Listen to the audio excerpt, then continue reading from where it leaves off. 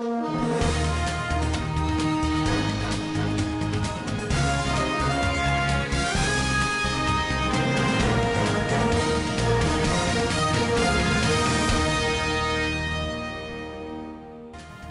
of Zamfara State Svtv chairman reduces ransom from 50 million naira to 5 million naira. Zulum orders building of police, immigration barracks, shopping complex and Arabic schools in Gamboru. Ministry of Humanitarian Affairs design roadmap to ensure social security in the country. On business, marketers resolve to blend dirty fuel as scarcity persists in state. And on the international scene, Kenyan lawyer charged with corruption in the International Court of Justice. And in sport, the Tigers Afro basketball team to get 25 million presidential gifts. Hello, welcome to Standard Voice News Channel. I'm Svtv Ibrahim. Abductors of the 5 family members of the chairman Academic Staff Union of University Svtv University, Gusau, Dr. Abdulrahman Adamu, has reduced the ransom from 50 million naira to 5 million naira. This follows a very long negotiation between the family of the victims and the kidnappers. The kidnappers had earlier demanded 70 million naira, later reduced to 50 million naira and now 5 million naira. 5 family members of one Abdulrahman Adamu, a lecturer with the Department of Political Science at the Federal University Gusau, were abducted in January at his residence in Damba, a community in the outskirts of Gusau, the Zamfara state capital.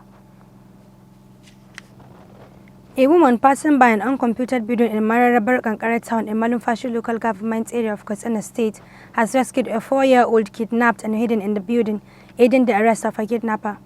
According to police report, the woman, who was aware of the disappearance of the 4-year-old girl, was passing by an uncomputed building in the area when she saw the missing girl in company with one Abubakar Abdul Bashir.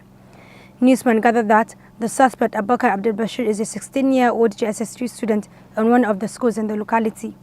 Newsmen also gathered from sources that when the woman questioned Abdul Bashir on what he was doing with the little girl, he said they were just chatting and told the woman that she can go back with the girl if she wants, and she gladly did. On taking the girl home and narrating the encounter to her parent, the father immediately reported the case at the Malumfashi police station, and Abdul Bashir's father was invited for questioning concerning the whereabouts of his son, who was then at large. Abdul Bashir, who later returned to the house, was informed by his mother that his father was invited by the police and is being questioned over his whereabouts. The accused decided to turn himself in and confess to committing the crime. Abubakar Abdul Bashir, the 16-year-old GSS3 student, in his confession said it is true that he kidnapped Halima, his cousin, and hid her in an uncomputed building outskirts of the town, and then put a phone call through to her parent demanding for 70,000 naira.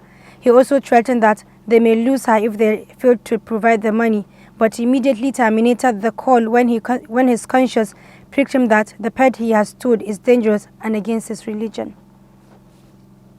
In the 3rd day of ongoing humanitarian activities in Gamboru border town of Ngala local government area, Borno State Governor Professor Babagana Umar Zulum on Tuesday ordered the construction of new barracks for the police and immigration, even though both are under the federal government. Insurgents have since razed down the barrack which exists. Governor Zulum, who traveled alongside Senator Kasim Shatima, also directed the construction of a shopping complex to enhance trade, and the reconstruction of some buildings at the Nigerian Arabic village in Ngala town owned by the federal government. Governor Zulum, Senator Kasim Shatima, and other stakeholders traveled to Gamboru on Sunday and undertook major humanitarian activities on Sunday and Monday, and on Tuesday, the governor inspected government building providing essential service in Gamboru. The governor observed that barracks belonging to the Nigerian Police Force and the Nigerian Immigration Service were beyond repair. He directed the Commissioner of Reconstruction, Rehabilitation and Resettlement to commence process toward the construction of new barracks for both the police and immigration services in Gamboru. The governor further directed the Borno State Geographic Information Service to construct a new shopping complex in the town, asking the Executive Secretary of Bogis, Engineer Adam Babale, to submit a budget for the project. Governor Zulum also took a tour of structure at the Nigerian Arabic village in Ngala town on the invitation of Tertiary Schools Executive Director, and afterward he directed the commencement of reconstruction works with a completion deadline of the end of 2020. The governor also promised to look at other problems faced by the school and identify immediate short and long-term intervention by the host government. Ahmadu Bello University College of Agriculture and Animal Science, Mando, Kaduna, has raised alarm over alleged encroachment of its land by Kaduna State government despite a court order. Provost of the college, Dr. Hassan Hamidu, raised the alarm while addressing a press conference on behalf of the university held in Kaduna. He lamented that action of Kaduna State has exposed the school to serious security threat. According to him, despite the court order dated 18 January 2022 restraining Kaduna State government and its agencies from encroaching the college land, the agency have moved in and demolished the school's fence and started clearing its land. According to the order signed by the Registrar of Kaduna State High Court Zaria Division, Jafaru Ibrahim, the order shall subsist pending determination of the motion on notice already filed with the right of summon and statement of claim. Dr. Hassan described the action of Kaduna State government as a desperate act to take over the college land. However, when newsmen were taken on a tour of the land, bulldozers were seen pulling down the fence and clearing the land. When contacted, Director General of Kadgis, Mrs. Altine Jibril, declined to comment on the matter, saying it is still in court. She also declared further comment on the bulldozers cited by newsmen at the site, but she simply stated that the agency does not operate with bulldozers. Kazari Emirates Council in Jigawa State has distributed foodstuffs and livestock worth 12 million naira to 2,720 needy in the area. The Emirates spokesperson Malam Gambo Garba made this note in a statement in Dutse. The items were distributed to deserving families in Karkarina village of Enkwashi district in Enkwashi local government area of the state. In his remarks at the occasion, the Emir of Kazari Alhaji Najib Hosseini commended those who gave out the zakat to support the needy. Mr. Hosseini, who was represented by the Makama of Kazari Alhaji Jamilu Umaru, also urged other wealthy people in the Emirates to support the vulnerable and less privileged in the society in order to reduce poverty. Retired clerk to the Senate Ibrahim El Ladan continued official duties at the plenary on Tuesday to the shock and disbelief of members of the chamber. President of the Senate Ahmad Lawan allowed El Ladan, who was relieved of his job by the National Assembly Service Commission last week, to sit at the table to continue the work of a clerk. The National Assembly Service Commission had retired El Ladan and two permanent secretaries, Anthony Adebanjo and Michael Opara, over alleged forgery of document and age falsification. The commission had ordered El Ladan and Adebanjo to proceed on retirement with immediate effect, while Opara was asked to retire in 6 months. The National Assembly Service Commission had also gone ahead to appoint Mrs. Isabella Ilobo as acting clerk to the Senate to take over from El Ladan.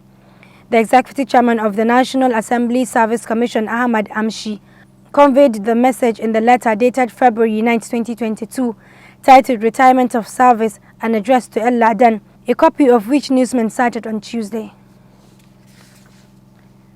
Ministry of Humanitarian Affairs, Disaster Management and Social Development Ministry of Humanitarian Affairs, Disaster Management and Social Development has designed a roadmap to split out its action plan and strategies towards ensuring social security for all citizens. At the inauguration of the roadmap in Abuja, the Vice President, Professor Yemi Osinbajo, stated that the plan was part of the federal government initiative to deliver social security to Nigerians. The map, which was tagged Mapping Out a Life of Dignity for All, is to build on the previous national plans and development strategies, map out the need to upscale the ministry's intervention and provide long-term solutions for less privileged people and communities in Nigeria. The Vice President, who was presented by his Deputy Chief of Staff, Adiola Apaye, reassured the federal government's effort toward ensuring that no Nigeria is left behind in the government's policies and program.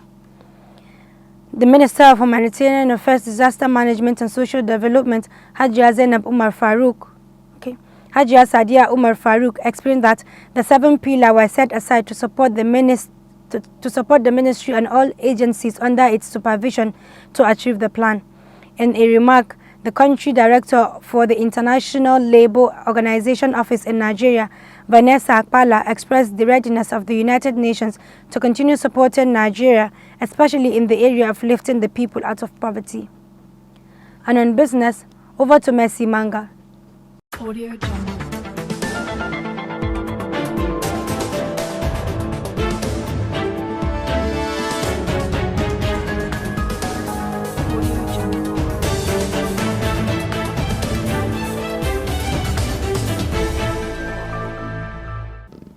Oil marketers have resolved to start blending the over 100 million liters of adulterated fuel, which was imported into Nigeria over 2 weeks ago.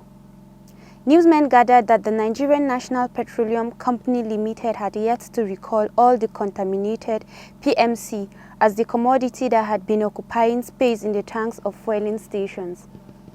As a result, marketers said the situation has made it difficult for fueling stations to take delivery of new products to sell to their customers, a development that worsened the scarcity of petrol, resulting in massive queues in many other states. The nation's public relations officer, Independent Petroleum Marketers Association of Nigeria, Chief Odieka Chinedu, told newsmen that some retailers in Lagos had started blending the adulterated PMS with clean fuel.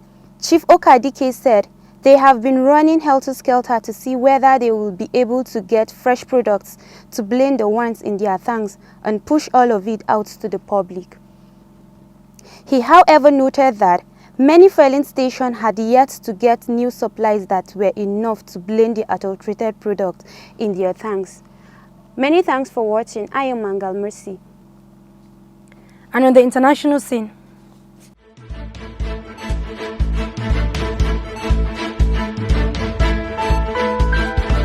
Audio Jungle.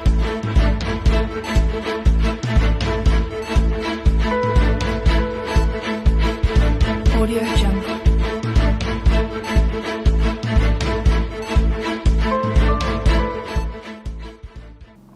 Kenyan lawyer Paul Gicheru has been indicted by the International Criminal Court at The Hague on charges of corruption and interference in the 2007 post-election violence in 2008.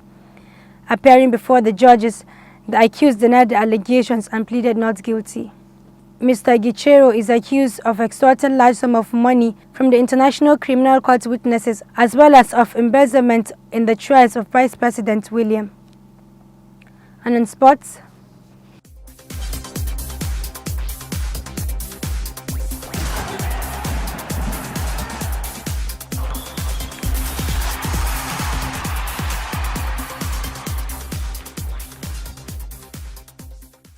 Nigerian national women basketball team, the Tigers, are to receive a cash reward of 25 million naira from the federal government for winning the 2020 Afro Basketball Championships in Cameroon. Nigerians, the Tigers, beat Mali in the finals of the championships in Cameroon last year to win the Afro Basketball Women's title for the third time in a row. After the victory, the Minister of Youth and Sports Development, Sunday Dare, recommended that a token of appreciation be given to the African queens of the court for doing the nation proud, a request that has now received the approval from President Muhammadu Buhari.